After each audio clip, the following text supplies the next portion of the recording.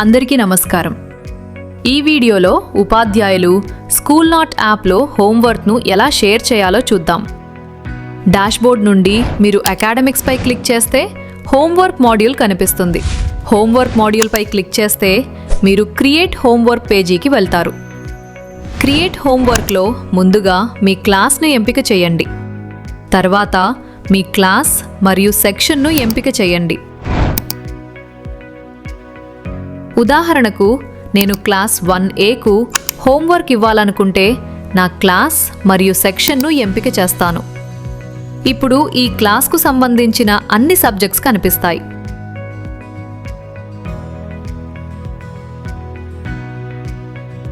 ఏదైనా సబ్జెక్ట్ పేరుపై క్లిక్ చేస్తే ఆ సబ్జెక్ట్కు హోంవర్క్ నమోదు చేయడం ప్రారంభించవచ్చు. ఇక్కడ నుంచే ప్రతి సబ్జెక్ట్కు హోంవర్క్ నమోదు చేయవచ్చు.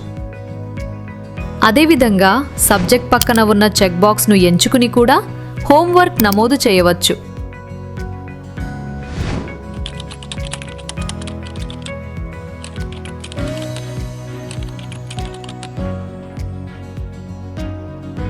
హోంవర్క్ నమోదు చేసిన తర్వాత ఈ రోజు కోసం దానిని సులభంగా సబ్మిట్ చేయవచ్చు. హోంవర్క్ సృష్టించిన తర్వాత దాన్ని వ్యూ హోంవర్క్ ట్యాబ్లో చూడవచ్చు. ఇక్కడ సృష్టించిన హోంవర్క్ మొత్తం కనిపిస్తుంది.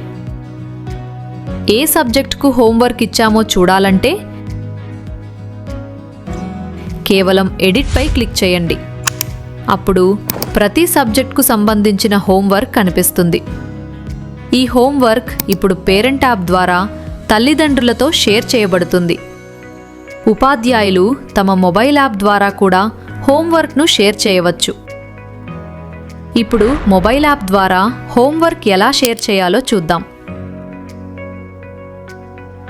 ఇక్కడ మీరు టీచర్ మొబైల్ యాప్ ఇంటర్ఫేస్ను చూడవచ్చు. ఈ స్క్రీన్లో ఉపాధ్యాయులు హోంవర్క్ టైల్పై క్లిక్ చేస్తారు.